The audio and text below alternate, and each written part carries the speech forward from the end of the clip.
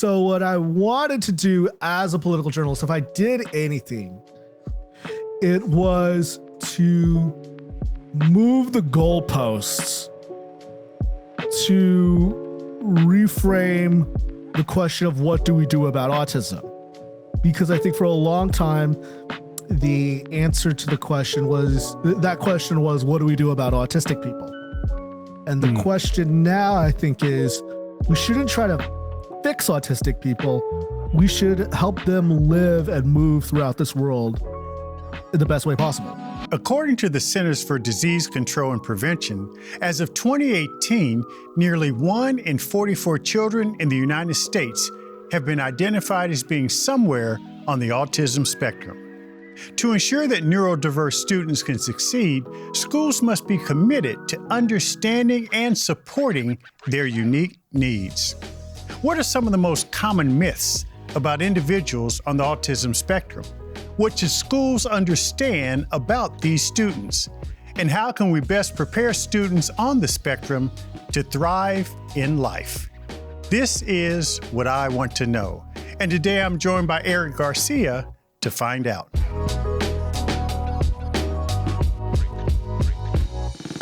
Eric Garcia is a senior Washington correspondent for The Independent, a prominent online newspaper based in the United Kingdom.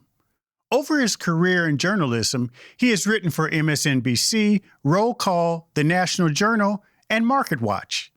Eric is also the author of We're Not Broken: Changing the Autism Conversation, a book that seeks to reshape how society understands and works with people on the autism spectrum. Today, he joins us to discuss how schools can better meet the needs of neurodiverse students. Eric, welcome to the show. I've actually been looking forward to this conversation because of your own experience living with autism. But I want to start with your journey. And you are an accomplished journalist, work with various journalism networks and channels. I did want to ask you, how did you get into that space, and particularly political reporting, which seems a little interesting, particularly these days?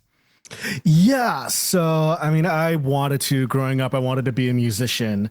We were talking about, I made a Spinal Tap reference earlier. I played in heavy metal bands and in rock and roll bands and garage bands when I was a teenager. I wanted to be a musician, and that was what I wanted to do.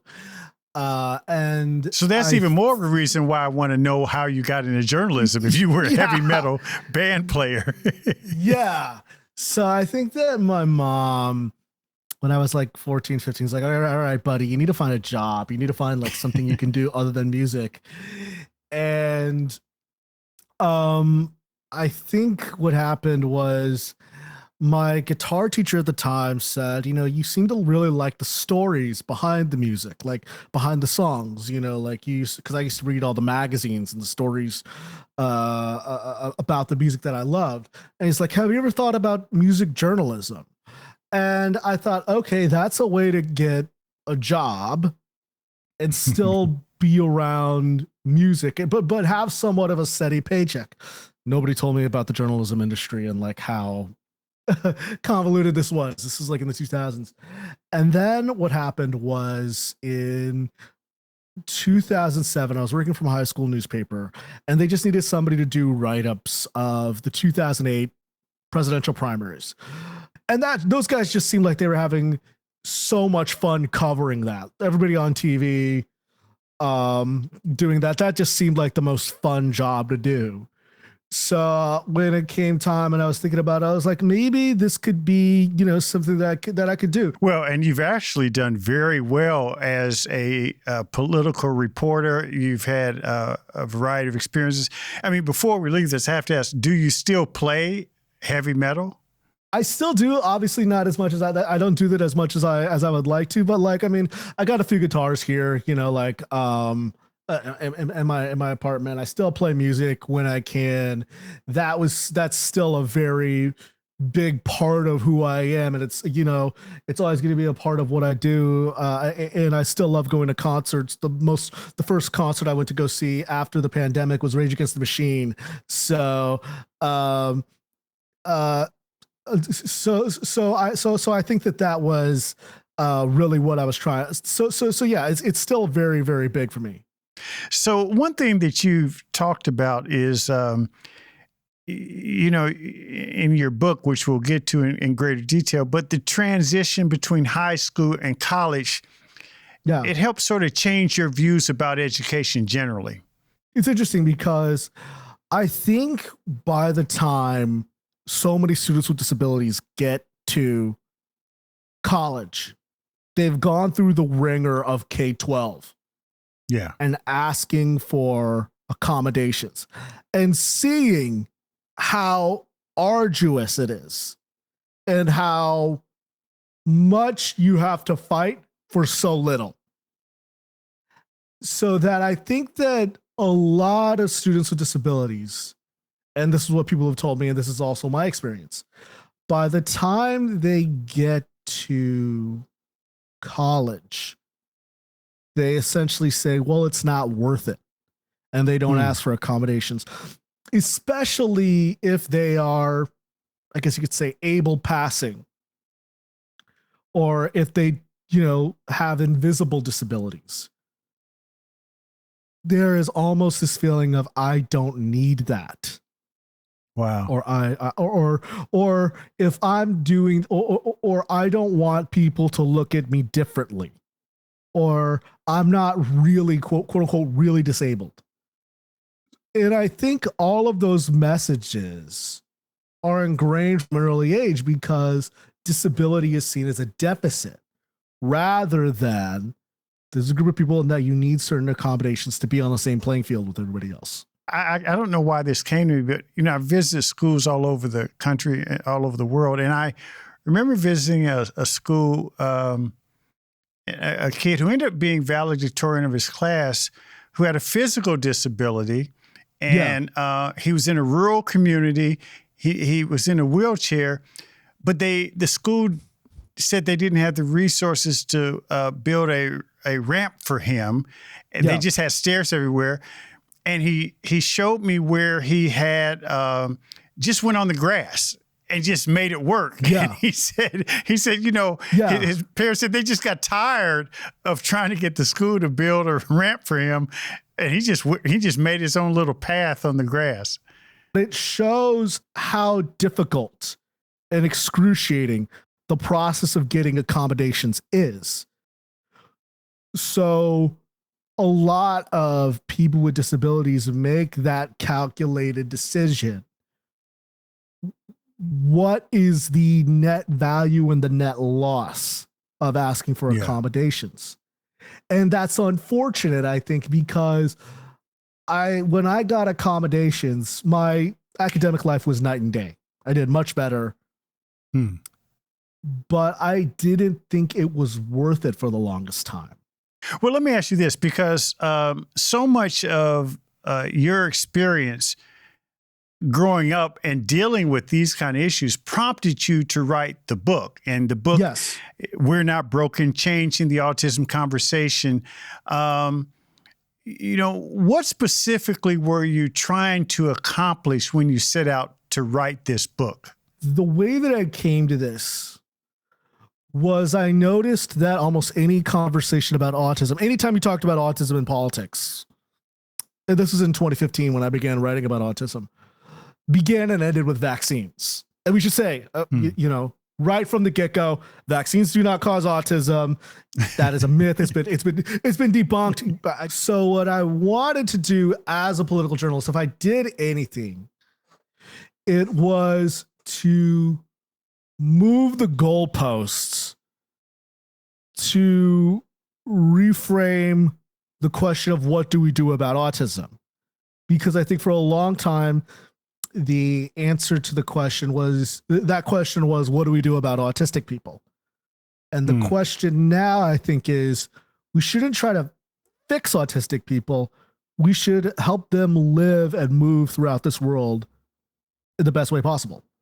And what about those myths? Let's get as many on the table as possible because I think it's real important. Let's I mean, go. one, as you said, is, that vaccines, but what are some of the other common myths that just seem to consume the discussion about people who are on the autistic spectrum? I think the biggest one, I mean, I think there's so many. I think one of them is that there was this idea that autism only affects largely adolescent, mostly male, mostly white children. And well, guess who can get the most, guess who can afford the most services? Yeah. It's upper class or upper middle class white families. And because the research focused so much on boys, that means that girls were ignored and people of color were ignored. So that's the big one, is that autism, we've realized that, the racial diagnosis gap is closing a little bit, not as much. And we're seeing the gender gap narrowing a little bit, not as much as it should. But a lot of it is just based on it was a selective bias for a long time. I think the other one is this idea, I think I don't know if it's so much a myth, but it's just this common mindset in our head, and I mentioned this, is that we tend to think of autism as something that only affects children, or when we think of autism, we inherently associate it with children. Well, guess what? Autism is a lifelong condition, and people who are born autistic are likely going to die autistic. But we don't think about lifespan issues.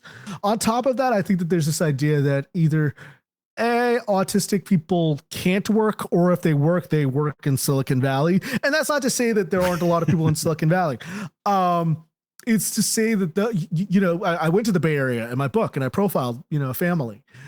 And I profiled the company that hires autistic people. What I'm saying though is that those aren't the only people.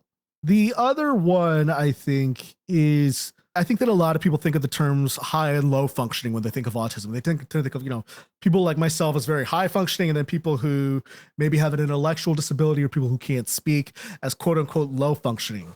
In the book, I talk about this where I said that I'm more of a fan of the term like high support needs and low support needs, because I tend to think that functioning labels really flatten the experience, because if you call someone low functioning, what it does is it gives a lot of incentive to almost kind of patronize them, or to say they're not going to amount to much, so we don't need to invest that much in them.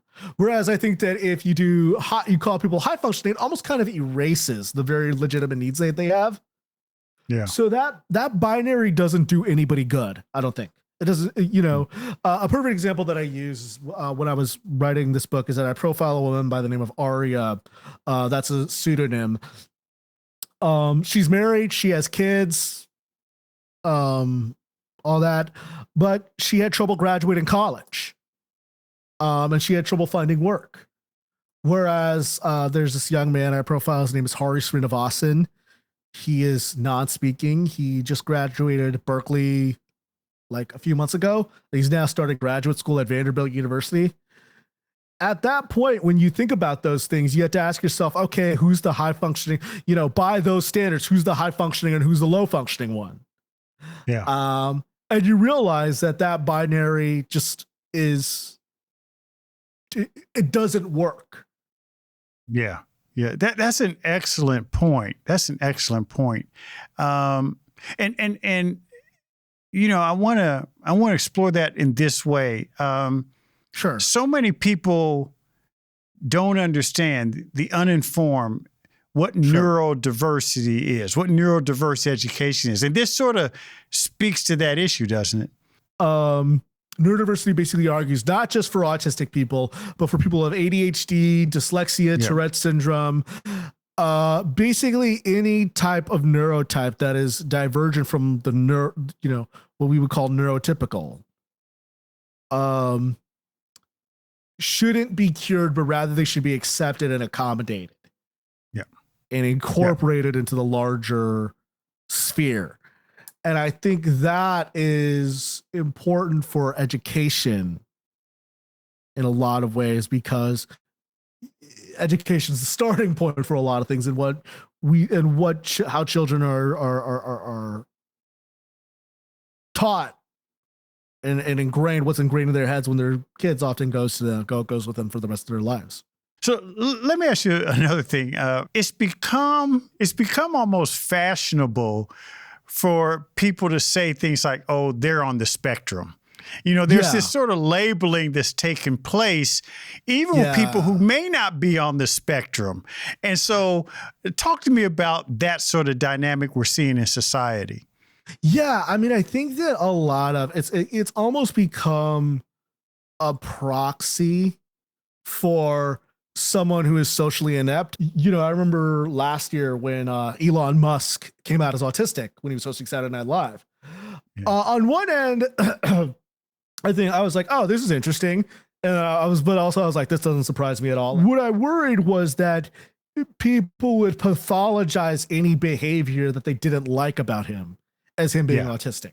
I've been in settings where people that, may seem socially awkward, and someone said, well, they must be on the spectrum. And I've even asked, well, what do you mean by that? Because it becomes, and you characterize it best, it's become a proxy designation or label.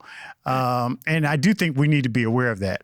So let's go back to schools and education, because I want to go into two sort of final areas. One is this issue of job training. More and more schools are really focused on school to career. There's career learning, the old vocational ed stuff. And, there's the STEM careers. There's technology being used in as early as middle school to introduce kids to pathways. When it comes to how schools work with students in the career space and job training, how should they integrate students who happen to be autistic into the discussion in a supportive way? And this goes back to that myth that autistic people only work in like the STEM projects or the STEM sectors or things like that. I think it's important to expose autistic people in school, autistic students, to a wide as many varied types of job training opportunities as you would anybody else. Because I think if you try to shoehorn some autistic people into, the STEM sectors, they're going to have a bad time, and they're going to crash and burn. I should say, I got like a C- in my computer coding class in college. And I think it was out of pity for my professor. I got I barely would pass math. I would skate by on the skin of my teeth when I was in math, when I was in college and in high school.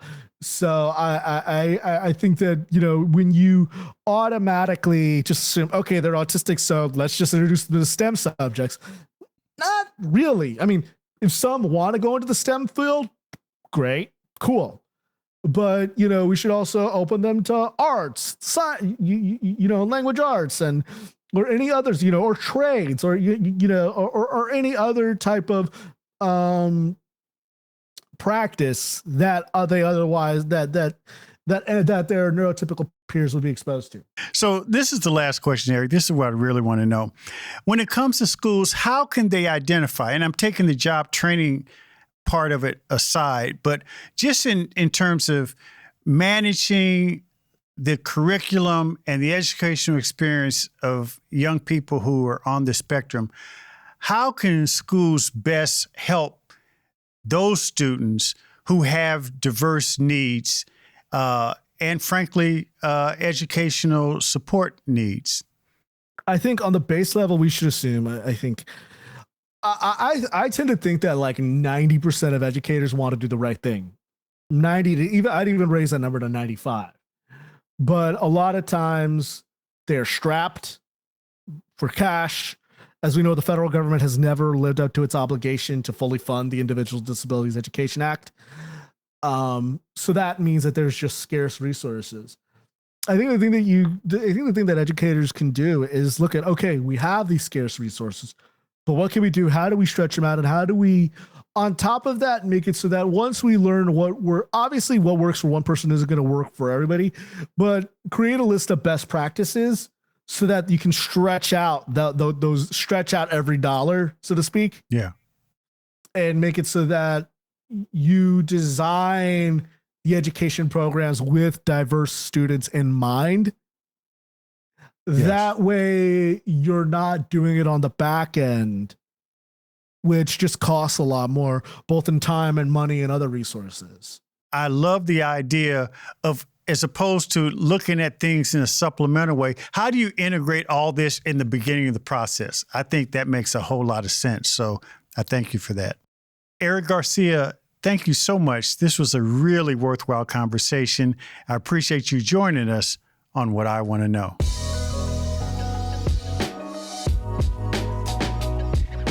Thanks for listening to What I Want to Know.